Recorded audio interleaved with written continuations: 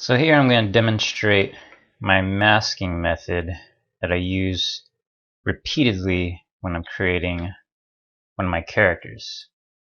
So we'll use a cube as an example. I'll also be using my pinching and pulling technique.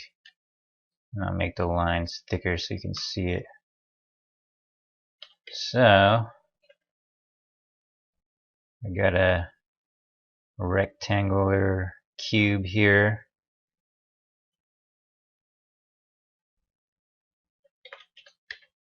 First method, using the line tool. And you want to make sure the line tool is either a different thickness or different color. So that way, when you double click it to delete it, it doesn't select a black line. But there you go with that. Or using the lasso tool. And then you want to control or shift click the parts you don't want to change color.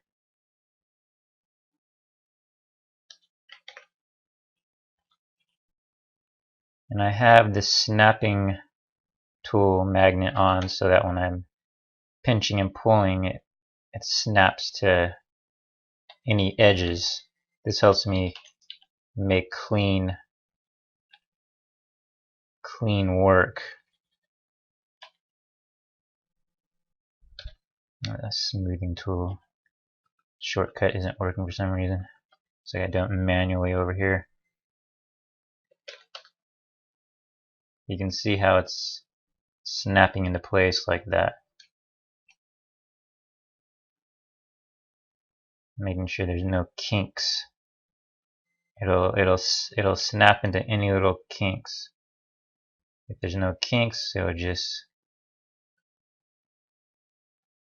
go smoothly like this. And now, when I want to make an edge, say over here, I'll copy and paste the outer line, copy and paste in place so it's right on top of each other, and then I'll move it over. This way, with it still selected, I can drop color in and then delete it. If I unselect it, then I've got a problem. Now if I double click it, it selects all the line. So while it's still selected, I can drop in a different color, whatever color I want.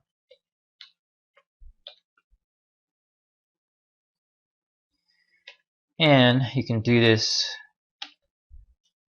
in a lot of different ways. You can fill a line around that shape and then do the same thing here.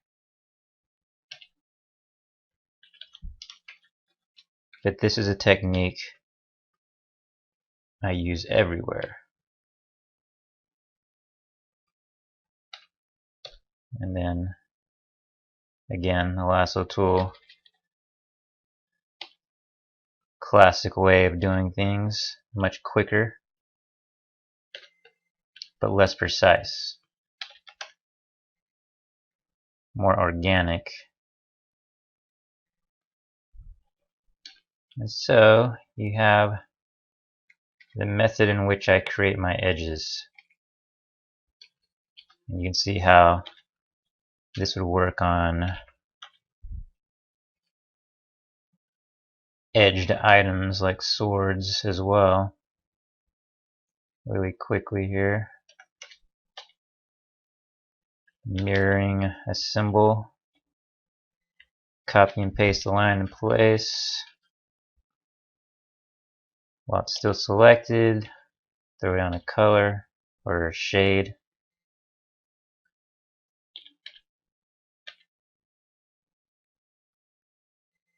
And then this process is just used repeatedly over and over.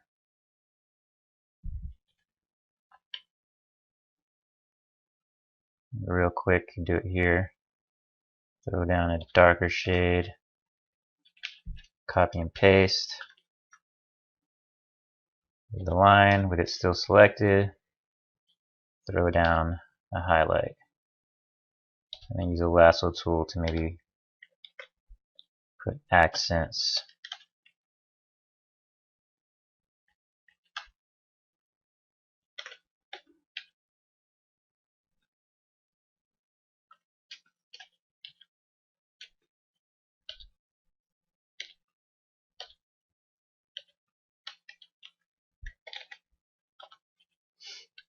And you got a pretty badass looking sword.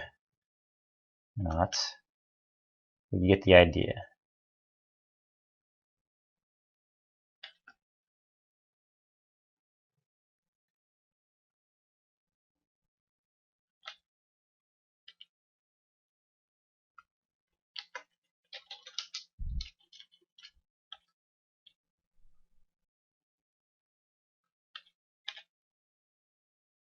Going into a little more detail than I originally planned, but you can see how this stuff can get really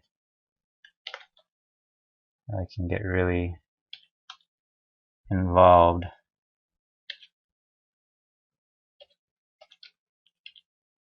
And then one more time, copy and paste. Whoops. You gotta make sure the fill is closed off.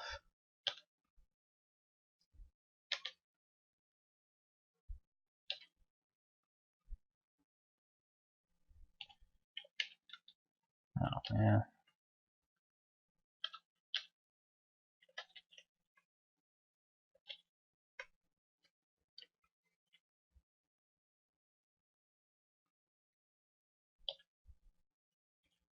There we go.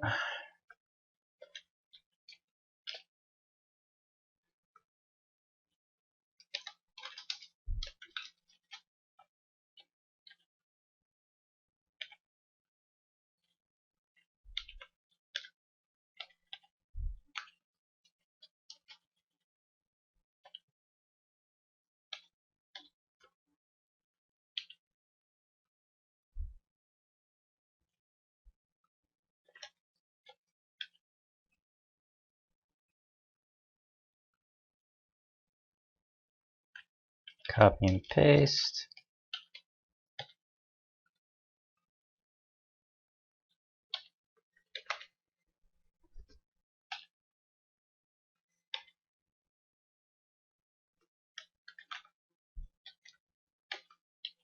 And we got ourselves a nice dagger, I'd say. And then I would pinch and pull these pieces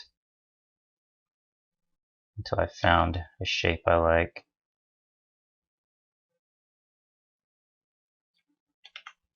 A lasso tool, add some extra sheen to the blade.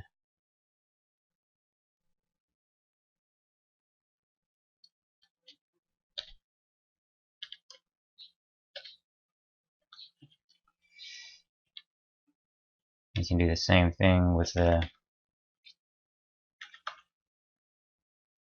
shapes within the shape. Line tool, and in this case I don't want the line to stay there. And copy and paste.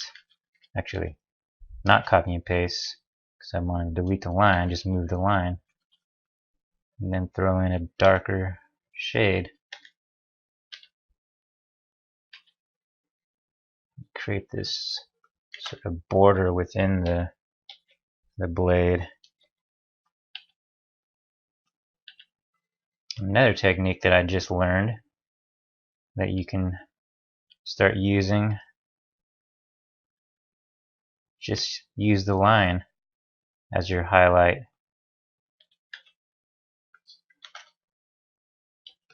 or shadow.